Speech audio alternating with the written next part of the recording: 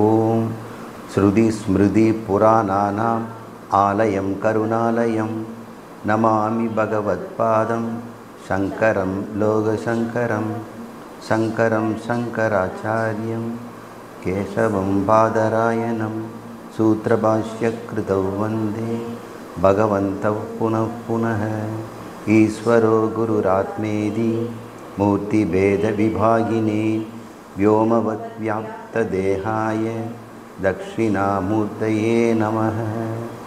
ॐ पूर्णमद पूर्णमिदं पूर्णात् पूर्णमुदच्यते पूर्णस्य पूर्णमादाय पूर्णमेवावशिष्यते। ॐ शान्ति शान्ति शान्तिः। बृहदारण्य उपनिषत्तिल மதுகாண்டம் என்கின்ற பகுதியை நாம் பார்த்தோம். அதில் 2 அத்தியாயங்கள் இருந்தன. இன்று நாம் துவங்க இருப்பது 2வது காண்டம் முனி காண்டம் என்பது. முனி காண்டத்திலே 2 அத்தியாயங்கள் உள்ளன. அதில் முதலாவது 3வது என்ற எண்ணிக்கை, மொத்தம் 6 அத்தியாயங்கள் 3 காண்டத்திலும் ஒன்றொன்று தலா 2 என்று வைத்தால் அதன்படி இது 3வது அத்தியாயமாக வருகிறது. இதில் 9 பிராமணங்கள் உள்ளன. மொத்தமாக 85 மந்திரங்கள் இந்த 9 பிராமணங்களிலும் காணப்படும். நாம் இப்பொழுது முதல் பிராமணத்தை பார்ப்போம். மதுகாண்டத்திலே நாம் என்ன பார்த்தோம் என்றால், மதுகாண்டம் முழுக்கக்கூடிய அத்தனை பிராமணங்களுமே 2 அத்தியாயமே உபதேச வாக்கியார்த்த சிரவண ஆகம பிரதானம் என்று இந்த காண்டம் அழைக்கப்படுகிறது. மதுகாண்டத்திற்கு என்ன பெயர்? உபதேச வாக்கியார்த்த சிரவண ஆகம பிரதானம் என்று அதற்கு பெயர். உபதேச வாக்கியம் அயமாத்மா பிரம்மம் என்கின்ற உபதேச வாக்கியம் அதில் இருக்கிறது. எனவே அது ஆத்மாவாரே திரஷ்டவேக என்று சொல்லப்பட்டதுனால அங்கே சிரவணம் என்று சொல்லக்கூடிய உபனிஷத்தின் தாத்பரியம் என்ன என்பது விளக்கப்பட்டது. அதனால் சிரவண ஆகம பிரதானம், சிரவணத்தை இந்த உபதேச வாக்கியத்தை தருகின்ற அந்த ஆகம பிரமாணம் மதுகாண்டம் என்று பேர். அப்போது முனிகாண்டம் என்ன பண்ண போகுது? இது அது சிரவண பிரதானம்னா இது மனன பிரதானம்னு சொல்கிறாங்க. அது என்ன சிரவணம் மனனம்? சிரவணம் என்பது ஆத்மா என்றால் என்ன, பிரம்மம் என்பது என்ன, இரண்டுக்கும் என்ன சம்பந்தம், ஆத்மாதான் பிரம்மமா என்று முதல் கேட்டு தெரிஞ்சுக்கிறோம் பாருங்கள். அது பேர் சிரவணம்.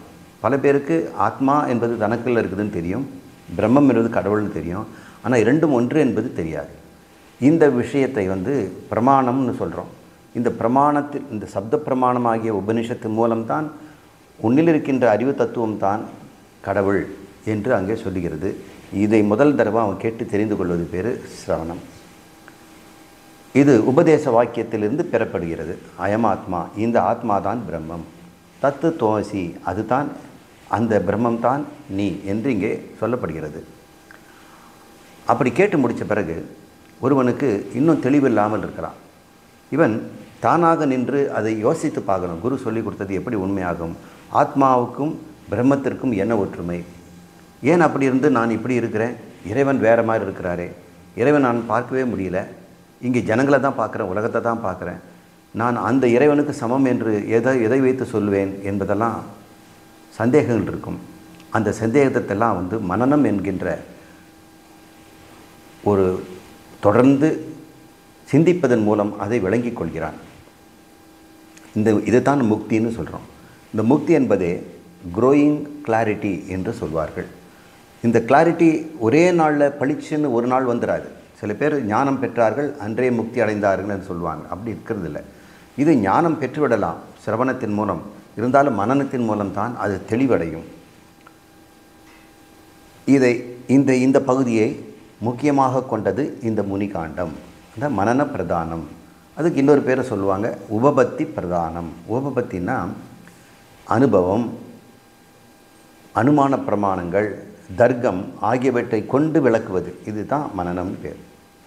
வேதம் என்ன சொல்லி கொடுத்ததுங்கிறது வேறு, அது மந்திரத்திலேருந்து பெற்றுட்டோம்.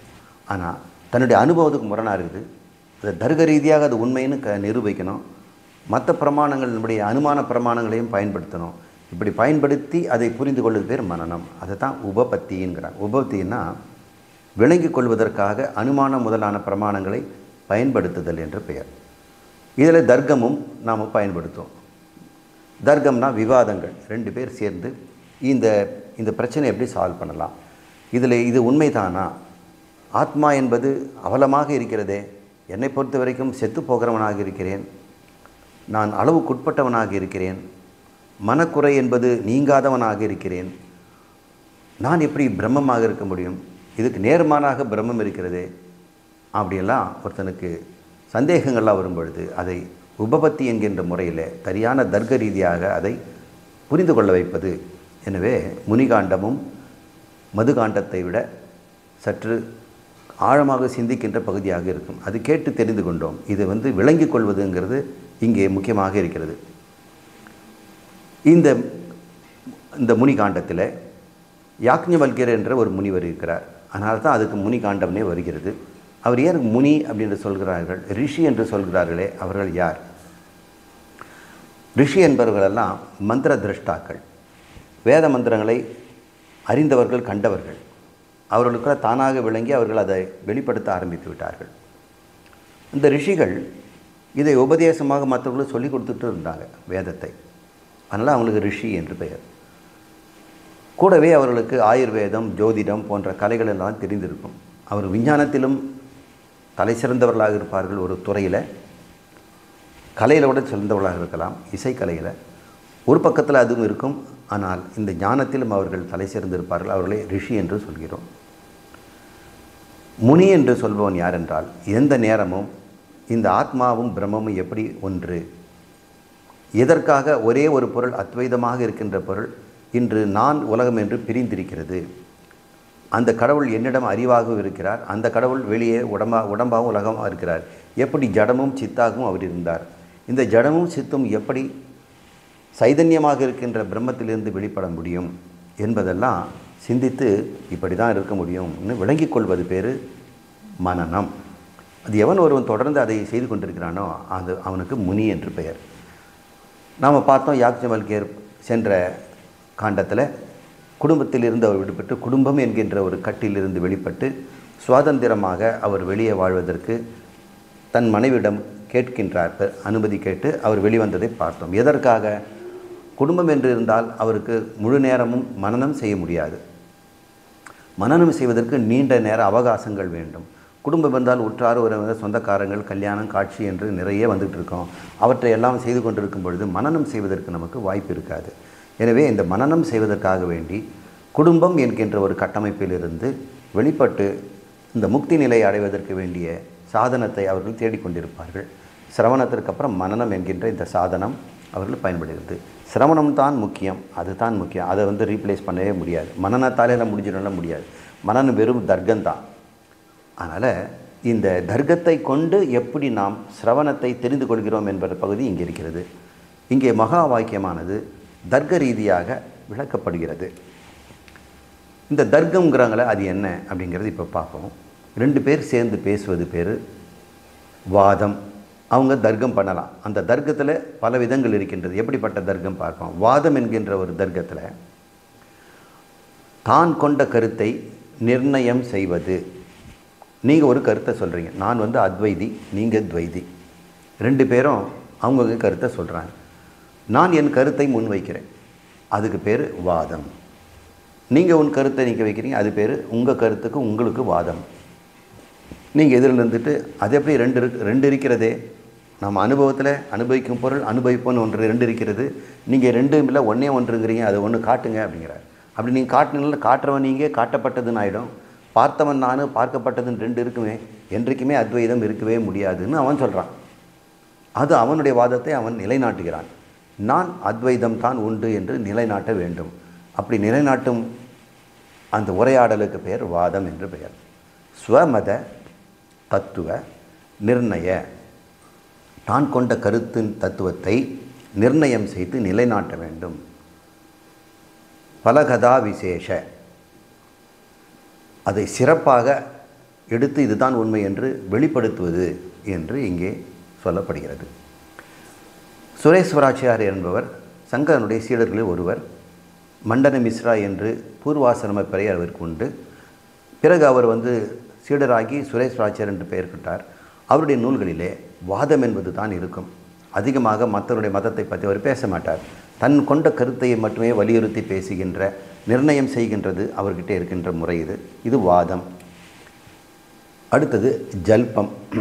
ஜல்பம் என்றால் இதுவும் ஒரு உரையாடல் தான். இந்த உரையாடலில் என்ன ஆகணும், தனது கருத்தை விட்டுவிட்டு இன்னொருத்தர் கருத்தை, பரமதத்தை நீக்கி, அதை நீக்குவதன் மூலம் என் கருத்து தான் உண்மை என்று நிலைநாட்டுவது. முதல்ல தன் கருத்தை நான் நிலைநாட்டுகிறேன். இப்பொழுது அடுத்தது நான் என்ன பண்ணுறேன், அது டிஃபென்ஸ், பாதுகாப்பாக என் பக்கமாக என் தரப்பில் பேசி கொண்டிருந்தேன். இப்பொழுது நான் என்ன பண்ணுறேன், உங்கள் தரப்பு தான் தப்பு அப்படின்னு சொல்வதன் மூலம் என் தரப்பை நான் உறுதிப்படுத்துகிறேன். இப்போ பரமத கண்டனம் ஆயிடுச்சு. இன்னொருத்தருடைய மதத்தை நான் கண்டனம் செய்கின்றேன். அது பேர் பரமத நிராகர பூர்வக. நிராகர பூர்வகமாக இருக்கணும். பரமதங்கள் இன்னொருத்தருடைய கருத்தை நிராகரபூர்வகமாக நிராகரிக்கின்ற வரையிலே ஸ்வமத ஸ்தாபனம். இதன் முறையில் தன்னுடைய மதத்தை நிலைநாட்டுதல். அதற்கு நிலைநாட்ட கூட வேண்டியதில்லை. அவரது பொய்ன்னு சொன்னாலே போதும். இவரது இயல்பாகவே அது நிலைநாட்டப்படுவதாகும். இது பேர் ஜல்பம், பரமத கண்டனம். விதண்டம் என்பது என்ன, இது இன்னொரு விதமான வாதம். வாதம், ஜல்பம், விதண்டம். விதண்டம் என்பது தன் கருத்தை நிலைநாட்டுவதற்கு பதிலாக பிறர் கருத்தை நீக்குவதற்கு மேற்கொள்ளும் முறை. அங்கே பிறர் கருத்தை நீக்கி தன் கருத்தை நிலைநாட்டினார். முன்ன தன் கருத்தை மட்டும் நிலைநாட்டினார், வாதம். இந்த இடத்துல பிற மதத்தை நீக்குவதற்கு மேற்கொள்ளும் நீண்ட உரை. இது ஸ்வமத ஸ்தாபனம் வினா. தன் மதத்தை நிர்ணயம் பண்ணுவதற்கு பதிலாக அதை செய்தாமல் பரமத கண்டனம். இப்படியும் சில பேர் பேசுவாங்க.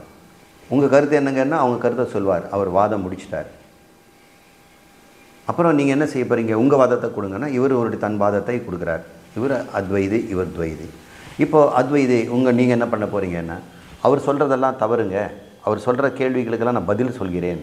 அவர் அத்வைதம் முடியாது என்று சொல்கிறார், ஏன் முடியும் என்று சொல்லி அவருடைய கேள்விக்கு தக்க பதிலை நான் தருகிறேன் என்று பதிலை கொடுத்துவிட்டு நிராகரம் செய்துவிட்டு அதன் மூலம் தன்னுடைய கருத்தை இவர் நிர்ணயம் செய்கிறார். இப்போது இந்த துவைதி என்ன செய்வார், தன் கருத்தை இப்போ நிலைநாட்ட முடியாது, இவன் தோற்கடிச்சிட்டான். இவர் என்ன பண்ணுவார், உங்கள் கருத்தில் இருக்க ஓட்ட உடச்சல்லாம் சொல்லுவார். அவ்வளோதான். அத்வைதம் அனுபவிக்க முடியாது, இயல்பிலே அது மாதிரி கிடையாது, அத்வைதம் என்பது இருக்க முடியாது, மனிதன் எப்படி கடவுளாக முடியும் என்று அவங்கள பற்றி குறை சொல்கிறது மட்டும்தான் செய்வார் தவிர இவரை வெற்றிகரம் செய்ய மாட்டார். இது பேர் தான் விதண்டம்னு பேர். விதண்டாவாதம் பண்ணாதே அப்படின்னு சொல்வார்கள். ஸ்வமத ஸ்தாபனம் வினா. வினானா இல்லாமல்னு அர்த்தம். தன் மதத்தை நிர்ணயிப்பதற்கு விட்டுவிட்டு இன்னொருத்தருடைய கருத்தை குறை சொல்லி கொண்டுவது பரமத கண்டனம். இப்போ அந்த தர்க்கம் என்றால் என்று பார்ப்போம். தர்க்கம் என்பது ஒரு லாஜிக்கல் கன்க்ளூஷன். முறையான நியாயப்படி அதை விளக்குவது. ஒரு நியாயத்தை சொல்லி விளக்கிடலாம். சாகச்சந்திர நியாயம் அப்படிங்கிறோம். இப்போ குரு எப்படி இருப்பார் அப்படின்னா, அவர் எப்படி இருப்பார், மார்கடகன் நியாயமா அப்படின்னு கேட்பாங்க. இல்லை பூனைன்னு ஒன்று இருக்குது, அது குஞ்சுகளை அது குட்டியை தூக்கிக்கிட்டு கவிக்கிட்டு எடுத்து கொண்டு போகும். குட்டிங்களுக்கு எந்த வேலையும் கிடையாது, தாய் தான் அதை தூக்கிட்டு போகணும். ஆனால் குரங்குக்கு அப்படி இல்லை, தாய் ஒன்றுமே செய்யாது, குரங்கு தான் தாயை பிடிச்சிக்கணும். இது பேர் இதெல்லாம் நியாயம்னு சொல்கிறாங்க. ஏன் நீங்கள் சொல்கிறது மார்கடகன் நியாயமா அப்படின்னு கேட்பார். நீங்கள் சொல்கிறது குரங்கு நியாயமா அப்படின்னு கேட்கும் பொழுது அந்த நியாயங்களை பயன்படுத்தி எந்த நியாயத்தின் அடிப்படையில் பேசுகிறீங்க, இதெல்லாம் நியாயமாக இல்லையே அப்படின்னா சொல்லுவாங்க. அந்நியாயமாக இருக்கிறதே என்று சொல்வார்கள். நியாயம் என்கின்ற உலகத்திலே பார்க்கின்ற உதாரணங்களை கொண்டு நம்முடைய கருத்தை வெளிப்படுத்துவது பேர் தர்க்கம்னு பேர். தர்க்கத்தின் மூலமே நிறைய மதங்கள் உண்டாகி இருக்கிறது. சாங்கிய மதம், யோக மதம், வைசேஷிக மதம், அப்புறம் நியாய மதம். இவங்களெல்லாம் நியாயம், வைசேஷிகம், சாங்கியம், யோகம், இவங்க தர்க்கத்தின் அடிப்படையிலேயே தன்னுடைய கருத்தை வெளிக்கொண்டு வருவார்கள். சாஸ்திரமும் குருவும் அவங்களுக்கு அவசியம் இல்லை. அவங்களுக்கு ஒரு வேளை குரு இருந்தாருன்னா அந்த குருவை தான் பயன்படுத்துவாங்க. சார் சாஸ்திரத்தை அவங்க விட்டுடுவாங்க. சாஸ்திரத்துலேருந்து ஒரு சில கருத்துக்களை மட்டும் எடுத்துக்கொண்டு அதற்கு சுயமாக விளக்கங்களை தருவாங்க. சாஸ்திரத்தில் இருக்க கருத்துக்கு என்ன விளக்கங்கிறது குருக்கு தான் தெரியும். அதுவும் அத்வைத குருவுக்கு தான் அது தெரியும். ஏன்னா சாஸ்திரம் அத்வைதத்தை சொல்லுது. ஆனால் இவங்க முன்கூட்டியே துவைதத்தை மனதில் வைத்துக்கொண்டு சாஸ்திரம் சொல்கிறதுக்கு துவைதமாக அர்த்தம் தருவார்கள். அப்படி சொல்லும்போது அதற்கு வேண்டிய தர்க்கமும் அவர்கள் தருவார்கள். சாஸ்திரமும் குருவும் தான் கரணங்கள்.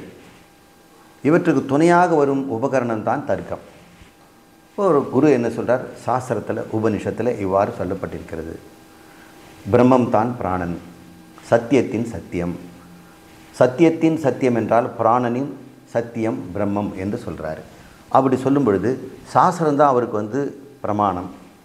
இப்போ விளக்கணும், குரு அதை விளக்குறாரு. சத்தியத்தின் சத்தியம்ங்கிறதுல 2 சத்தியம் வருது.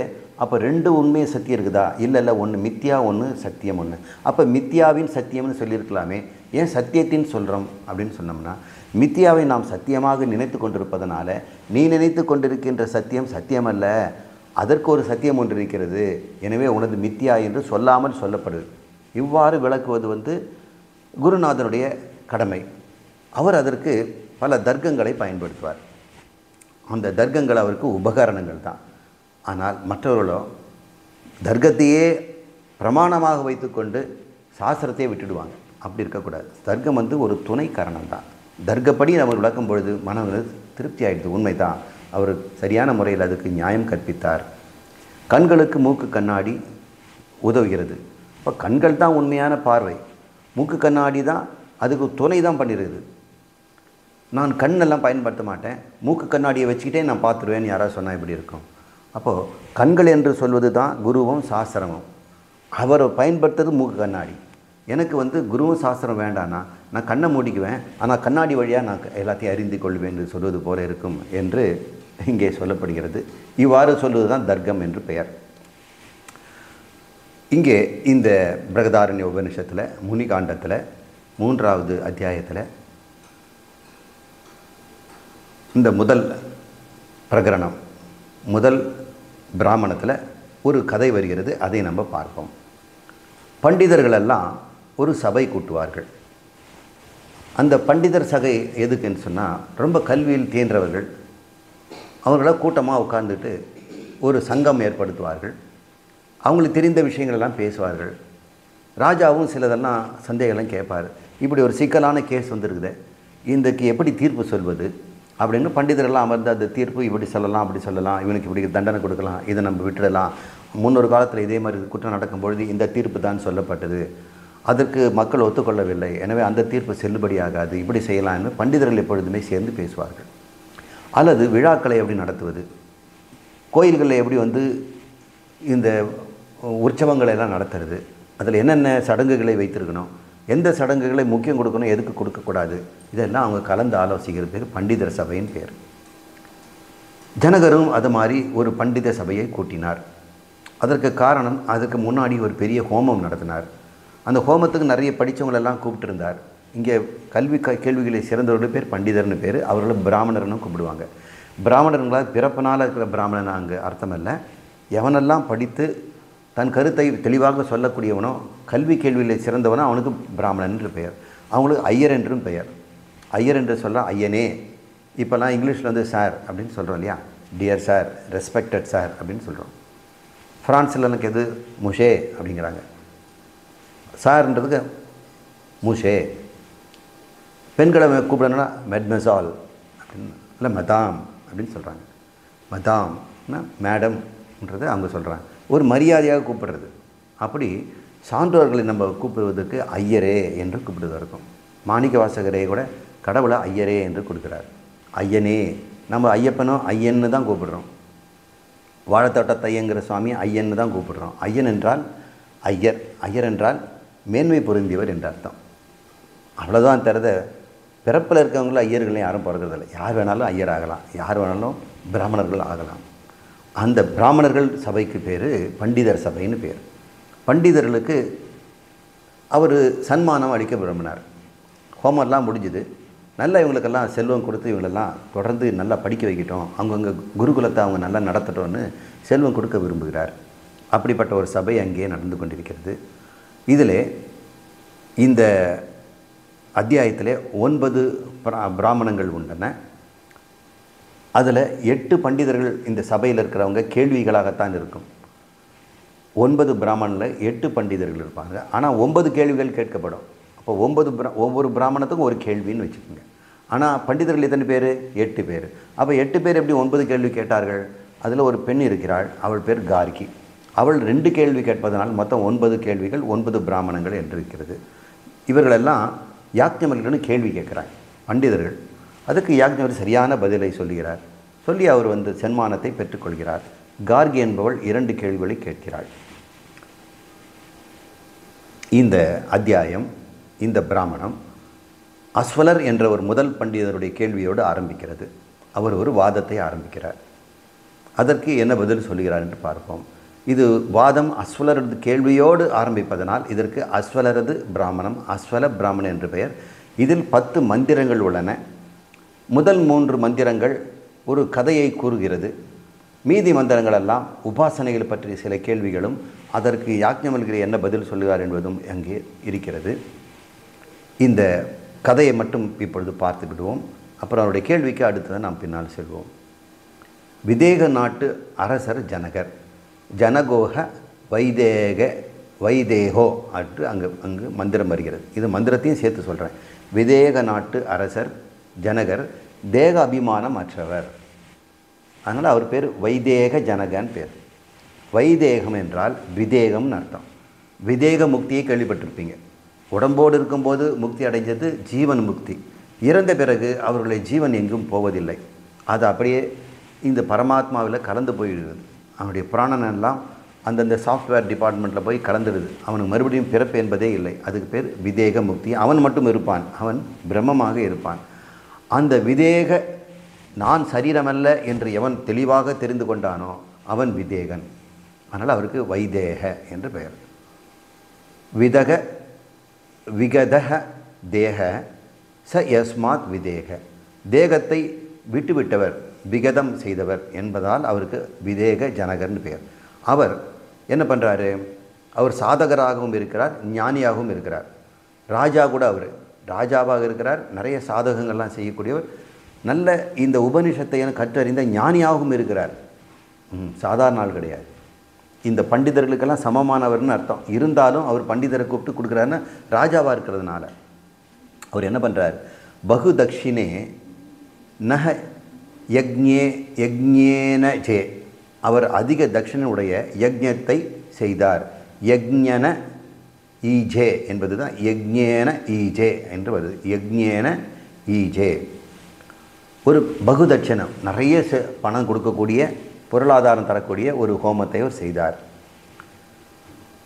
அந்த யாகத்தில் அது பேர் சூரிய யாகம். அது ஒரு பெரிய தாராளமாக செலவு செய்து செய்யப்படுகின்ற யாகம். அதுக்கு பேர் இங்கே சொல்கிறாங்க மந்திரத்தில். தத்ரஹ குரு பஞ்சாலானாம் பிராமணா அபிசமேதா பபூவுஹு. அந்த யாகத்தில் தத்ரஹ, அந்த யாகத்தில் குரு மற்றும் பாஞ்சால தேசத்து, குரு பாஞ்சாலானாம் அப்படின்னு சொல்லப்படுது மந்திரத்தில்.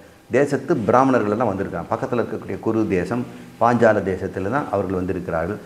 பபூவை என்றால் இணங்கி வந்திருந்தனர். அபிசமேதனா கூட்டமாக வந்திருந்தார்கள், சமேதர்களாக.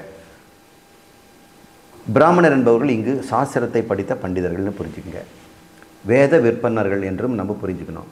தஸ்ய ஜனகஸ்ய வைதேகஸ்ய விஜிஜ்ஞாசா பபூவக.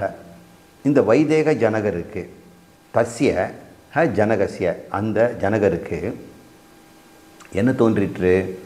பபூவ விஜிஜ்ஞாச அறிவார்வம் தோன்றிடுச்சு. இவங்க பண்டிதர்லாம் உட்காந்துருக்குறாங்களே, சும்மா தானே இருக்கிறாங்க, யாகெல்லாம் முடிஞ்சது, இவங்களை கொஞ்சம் வாயை கிண்டி பேச வச்சு நல்ல கருத்துக்களை நம்ம கேட்டுக்கலாம் என்று அவர் ஆசைப்பட்டார். இங்கு கூடியுள்ள வேதாந்தத்தை நன்கு கற்றறிந்துள்ள இந்த ஏஷாம், இவர்களில் யார் பிராமணர்களிலே சிரேஷ்டமானவரோ அனுசான தமக தமக அனுசான தம என்றால் சூப்பர்லேட்டிவ் டிகிரி, உயர்ந்தவன் அப்படின்னு சொல்லுவோம். குட், பெட்டர், பெஸ்ட் என்று சொல்கிறோம் இல்லையா? பெஸ்ட்டுன்னா சூப்பர்லேட்டிவ். இந்த அந்த அளவுக்கு சிறந்த ஒருவன் யார் வேதாந்தத்தை அப்படின்னு அவங்களை கண்டுபிடிக்கணும்னு ஆசைப்பட்டார். எவரேனும் கஸ்வித் இருப்பின், யாராவது இங்கே இருந்தால், சக கவாம் சகஸ்ரம் அவருரோத. கவாம்னா பசுக்கள், காவ்னா பசு, கவாம்னா புளுரல், பசுக்கள். எத்தனை? சகஸ்ரம், 1000 வச்சிருக்கிறாராம். நீங்கள் யாராவது ஒரு பெரிய பண்டிதர் இருந்து சிறப்பாக சொன்னால் அவர்களுக்கு நான் இந்த பரிசை கொடுக்கிறேன். அவர்களுக்கு 1000 பசுக்களை அவர் கொடுப்பதற்கு கொண்டு வந்தார். அவருரோத அப்படின்னு இங்கே சொல்லப்படுகிறது. அவருரோத கொண்டு வந்தார். தச தச பாதா ஏக ஏகஸ்யாக ஸ்ருங்கயோ ஆபத்தா பபூஹு. ஒவ்வொரு மாட்டுக்கொம்பிலும் ஏக ஏகசிய ஒவ்வொன்றிலும் மாட்டுக்கொம்பிலும். கொம்புங்கிறது ஸ்ருங்க, ஸ்ருங்கம்னா கொம்பு.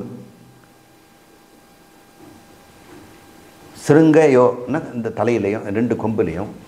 தச தச பாதா 10 தங்க காசுகள். தங்க காசுக்கு அந்த காலத்தில் பாதான்னு பேர். இப்போ ரூபாய் என்ற மாதிரி பாதா. இந்த 10 காசுகள் ஒரு கொம்பில் 5, இன்னொரு கொம்பில் 5 இப்படி கட்டப்பட்டது. ஆபத்தா, பத்தானா கட்டுறது, இருந்தது, கட்டப்பட்டு இருந்தது. பபுவ கொம்புக்கு 5 தங்க நாணயமாக, மாட்டுக்கு 10 தங்க நாணயம் கட்டப்பட்டிருந்து ஒரு விளக்காசிரியர் கூறுகிறார். இப்போ எதற்காக இந்த கதை? இந்த கதையில் என்ன நடக்குது அப்படின்னு பார்த்தோம்னா, இந்த கதையும் சுருக்கமாக சொல்லிடுறேன். ஜனகர் சபையை கூட்டியிருக்கிறார். ஹோமம் முடிஞ்சு போச்சு. இவங்கெல்லாம் சும்மா இருக்கிறாங்களே, உங்களை யாராவது ஒரு சிரேஷ்டனை நான் பாராட்டி அவங்களுக்கு பரிசு கொண்டு நினைக்கிறேன். அவங்களுக்கு பிரம்மிஷ்டா என்று பெயர். அந்த பிரம்மிஷ்டா என்று சொல்லக்கூடியவர் யாரை ஒருத்தன் இந்த பிரம்ம ஞானத்திலேயே இருக்கிறானோ அவர்களுக்கு நான் தரலான்னு இருக்கிறேன் என்று சொல்லி இந்த 1000 பசுக்களையும் ஒவ்வொன்றுத்துலேயும் கொம்புற 10 தங்க காசில் கட்டி வச்சிருக்கிறார். அப்போ 1000 × 10ன்னு போட்டு பாருங்கள். 10,000 தங்க காசு, 10,000 பசு. வெறும் பசு மட்டும் அவர் கொடுக்க மாட்டார். பசு மேய்வதற்கு வேண்டிய பல ஏக்கர் நிலத்தையும் கொடுப்பார். பல காணி நிலங்களையும் அவர் இனமாக கொடுப்பார். நிலம் கிடைக்குது, பசு கிடைக்குது, பொருள் கிடைக்குது. இப்படிப்பட்ட நிலை இருக்கும் பொழுது அங்கே அவர் கேட்கிறார், உங்களை யாராவது ஒருத்தர் பிரம்மனிஷ்டராக இருந்தால் உங்களை நீங்கள் இந்த பசுவை நீங்கள் தானமாக எடுத்துக்கலாம் அப்படின்னு அவன் கேட்குறான். எல்லோரும் மௌனமாக இருக்கிறாங்க. யாருக்குமே அது கேட்டு எடுத்துக்கணும்னு தோணவே இல்லைன்னா நம்ம பிரம்மிஷ்டர் தானா அது எப்படின்னு அவங்களுக்கு சந்தேகமாக இருக்கிறது. தன்னை பற்றிய ஒரு மதிப்பீட்டிலே அவர்கள் தாழ்ந்து போயிருக்கிறார்கள். இவங்க நான் எடுத்துகிட்டு போனால் இவர் என்ன கேட்பாரே, அவர் இருப்பாரோ அப்படின்னு அவங்க குழம்பும் பொழுது யாக்ஞவல்கியர் அங்கே வந்திருக்கிறார். அவர் வந்த உடனே தன்னுடைய மாணவன்கிட்ட கூப்பிட்டு இந்த பசு மாட்டையெல்லாம் வீட்டுக்கு எடுத்துகிட்டு போ அப்படிங்கிறார். இவர் அப்போ அங்கே இருக்கிற பிராமணரெல்லாம் கேட்குறாங்க, அவர் பிரம்மிஷ்டராக இருந்தவர்களுக்கு தான் கொடுக்கணும்னு சொல்லியிருக்கிறாரு, நீங்கள் பிரம்மிஷ்டரா அப்படின்னு கேட்குறாங்க. எனக்கு பசுமாடு தேவை, நான் எடுத்துகிட்டு போகிறேன் அப்படின்னு அவர் சொல்கிறார். அதனால் என்ன அர்த்தம், இதுக்கு என்ன பொருள் அப்படின்னு இந்த கதையிலேருந்து நம்ம என்ன தெரிந்து கொள்கிறோம் என்பதை மட்டும் சங்கரர் இங்கே சொல்கிறார். இந்த ஞானம் எவ்வளவு சிறந்தது. இந்த ஒரு ஞானத்திற்காக ஒரு ராஜா எவ்வளவு காசு கொடுக்குறான்னு பாருங்கள். இந்த ஞானத்தை தான் நீங்கள் இப்போ யூடியூப்பில் தெரிஞ்சுக்க போகிறீங்க. இப்போ ஜனகர் பல பசுமாக்களில் தங்கத்தோடு கொடுக்கப்பட்ட ஒரு தகவல் கொடுக்கப்பட்டவர் அந்த விஷயத்தை கொடுத்துருக்கிறார். அந்த விஷயத்தை யாக்ஞவல்யர் சொல்லியிருக்கிறார். யாக்ஞவல்யருக்கு அந்த அளவுக்கு ஒரு மதிப்பு இருக்கிறத பார்க்குறோம். அந்த மதிப்புள்ள தகவலை தான் நீங்களும் பெற போகிறீங்க. அப்போ உங்களுடைய அறிவும் கூட நீங்கள் இதில் போல தெரிந்து கொள்ளுகின்ற மனன பிரதானமாக இருக்கக்கூடிய இந்த பகுதியை தெரிந்து கொள்ளும்போது இவ்வளவு செல்வத்தை உடையவரை விட அதிக செல்வம் உடையவராக நீ நினச்சிங்க அப்படின்னு அர்த்தம். இந்த கல்வியை உயர்த்தி பேசப்படுகிறது. உலகத்தில் மற்ற கல்விகள்லாம் இவ்வளோ கொடுக்கறது இல்லை, இதுக்கு தான் கொடுக்குறாங்க. நோபல் பிரைஸ் கொடுக்குறாங்க இல்லையா, உலகத்திலேயே அதிகமான விலை மதிப்புடைய ஒரு பரிசு நோபல் பரிசுன்னு சொல்கிறாங்க. அதை மாதிரி தான் இது இருக்கிறது. அப்போ ஜனகரனுடைய நோபல் பரிசை யார் வாங்க தயார் என்று பார்க்கிறார்கள். அப்போ அந்த பண்டிதனுடைய அறிவுக்கு தான் நீங்கள் மதிப்பு. அதனால் வித்யா ஸ்துத்யர்த்தம், இந்த கல்வி, இந்த ஞானத்தை, ஆத்ம ஞானத்தை புகழ்வதற்காக இந்த கதை சொல்லப்படுகிறது. அப்புறம் தானம் தருவதனால இந்த ஜனகருக்கு என்ன கிடைக்குதுன்னா ஒரு சித்த சுத்தி கிடைக்குது. பணத்தை நல்ல ஒரு சிரேயஸான ஒரு காரியத்துக்கு நம்ம பயன்படுத்திக்கிறோம். இதில் லாபம் இதில் இதை கொண்டு போய் முதலீடு போட்டிருந்தோம்னா பல லாபம் இதில் கிடைக்கும். இந்த 1000 பசுக்கள் இன்னொரு 1,00,000 பசுவாக ஒரு பண்ணை வச்சு நடத்தியிருக்கலாம். ஆனால் அதில் சித்தம் சுத்தி அடைஞ்சிருக்காது. பணத்தை ஆசைப்பிடிச்சு ராகத்வேஷத்துக்கு செல்லும். எவன் ஒருவன் தியாகம் செய்கிறானோ, தானம் செய்கிறானோ, அவன் மனம் சுத்தமடைந்து கொண்டிருக்கும். அதனால் இந்த தானத்தையும் இந்த கதை நமக்கு வெளிப்படுத்துகிறது. மூன்றாவதாக, எதையும் இலவசமாக பெறக்கூடாது. நம்ம நாட்டில் இப்போல்லாம் இலவசமாக பெறுவதை தான் வச்சுக்கிட்டு அரசர்கள்லாம் ஆட்சி செய்கிறாங்க. இலவசமாக கொடுக்குறேன்னு ஓட்டை வாங்கிட்டு நல்லா ஜெயிக்கிறாங்க. இது இலவசம் கொடுக்கக்கூடாதுன்னு யாரும் வாய் திறந்து எதிர்க்கட்சியும் கூட சொல்ல மாட்டேங்கிறாங்க. ஏன்னா அவங்க ஆட்சி பிடிக்கணும்னு மறுபடியும் இலவசம் கொடுத்தாக வேண்டியிருக்கிறது. ஆனால் இங்கே இதுவும் இலவசமாக வாங்கக்கூடாது என்று தெரிகிறது. ஏனென்றால் பண்டிதனாக இருந்து பிரம்மனிஷ்டன் என்று நன்மை எவன் ஒருவன் நிரூபித்து கொண்டானோ அந்த தகுதியுடையவனுக்குத்தான் இந்த இலவசங்கள் போக வேண்டுமே தவிர, தகுதியில்லாத எல்லாருக்குமே நான் கொடுப்பேன், பெண்ணாக பிறந்தவர்களாம் கொடுப்பேன், ஆணாக பிறந்தவர்களுக்கு மாணவர்களுக்கு கொடுப்பேன்னு சொல்கிறேன். அவங்கக்கிட்டேருந்து ஏதாவது பெற வேண்டும், அவர்களுக்கு ஏதாவது ஊதியமாக உழைப்பை அவர்களுக்கு கொடுக்கணும், சேவையாவது செய்யணும். அதில் தடை நான் சொல்லலை. நீங்கள் இலவசங்களை கொடுங்கள், ஆனால் இலவசங்களை கொடுப்பதனால அவங்க வாழ்க்கையை நிறைவடைஞ்சிடுமா? அவங்கள அதை சம்பாதிக்கின்ற வரையிலே நீங்கள் உதவி செய்தால் நீங்கள் கொடுக்குற காசை விட அதிகமான காசை அவங்க சம்பாதிச்சுக்குவாங்க. அதனால் இலவசமாக பெறக்கூடாது. பண்டிதர்கள் முயன்று தன் அறிவை கொடுத்த பிறகுதான் பெற வேண்டும் என்று சொல்கிறது. நான்காவதாக கற்றவ சபையில் இருப்பது நல்லது. இந்த கதையின் மூலம் நாம் என்ன தெரிஞ்சுன்னா, இப்படியெல்லாம் ஒரு சபை இருந்ததுன்னா நாம் அங்கே போனால் இது மாதிரி அழகழகான அற்புதமான தகவலால் நமக்கு கிடைக்குமே என்று நமக்கு ஒரு ஆசையை தூண்டுவதற்காக இந்த கதை சொல்லுகிறது. வித்வத் சம்யோகம் பிரக்ஞ விருத்தி ஹேது என்று சங்கரர் சொல்கிறார். இந்த வித்வத் சம்யோகனா, வித்வத்னா ஞானிகள், அறிஞர்கள், சம்யோகம் கூடியிருக்கின்ற யோகம், சம்யோகம் கூடியிருக்கின்ற இடத்துல நாம் இருந்தால் பிரக்ஞ விருத்தி, இந்த அறிவு விருத்தி ஆவதற்கு நல்ல ஹேது காரணம் என்று சொல்கிறார். கடைசியாக பிறரது அங்கீகாரத்தை விட தன்னைத்தானே அங்கீகரித்து கொள்ள வேண்டும் என்று இங்கே சொல்லப்படுகிறது. நாம் எல்லாம் சபையில் போனால் நம்மளை பாராட்டணும் பாராட்டணும் பாராட்டணும் அப்படின்னு நம்ம அங்கீகாரம் தேடுறோம். நாங்கள்லாம் கரெக்டாக தான் இருக்கிறோம், நான் செய்கிறது நியாயம்தான் என்று மற்றவங்களும் அங்கீகாரம் எதிர்பார்த்துக்கிட்டு இருக்கிறோம். அப்போ ஞானியும் என்ன பண்ணுவான்? ஜீவன் முக்தனும் நான் பிரம்மனிஷ்டன் பாருங்கள், எனக்கு பிரம்ம ஞானம் தெரியணும்னு தன் அங்கீகாரத்தை வெளியெல்லாம் பறைசாற்றி கொண்டிருப்பானா என்ன? நான் இப்போ வந்திருக்கிறவங்களுக்கெல்லாம் யார் மரியாதை கொடுக்க மாட்டேன்னு கேட்பானா என்ன? அதெல்லாம் கேட்க மாட்டான். தன்னுடைய மதிப்பு அவனுக்கு தெரிஞ்சதுனால அவன் யாரையும் பொருட்படுத்தலை, பசி எடுத்துகிட்டு போன்னு சொல்லிட்டார். நீங்கள் தான் பிரம்மிஷ்டரா அப்படின்னு கண்டுபிடிக்கணுன்ற அவசியமே இல்லை. அவருக்கு நல்லா தெரியுது. நீங்கள் எப்போ கேள்வி கேட்டேன்னா நான் பதில் சொல்லுவேன். அதனால் நான் இதெல்லாம் படித்தவன், இதை தெரிந்து கொண்டவன், எனவே நான் எடுத்துக்கணும் அவர் நிரூபிக்கவே விரும்பலை. அவர் நடவடிக்கையிலேருந்தே தெரியுது அவர் தன்னுடைய மதிப்பை மிகுவாக அறிந்தவர் என்று. அதனால் இதில் ஒவ்வொருவரும் தன் மதிப்பை தான் புரிந்து கொள்ள வேண்டுமே தவிர மற்றவர்கள் அதை பாராட்ட வேண்டும். அவர்கள் கொடுத்த சர்டிஃபிகேட்டுக்கு அப்புறம் தான் எனக்கு ஞானம்னு யாரும் ஒத்துக்க கொள்ளக்கூடாது. தன்னுடைய ஞானத்தை தானே அறிய வேண்டும் என்று இங்கே பார்க்கிறோம். இவ்வாறு இந்த ஒரு அறிமுக உரையை நாம் பார்த்தோம். 2வது மந்திரத்தை ஒரு இடைவெளிக்கு பிறகு பார்ப்போம்.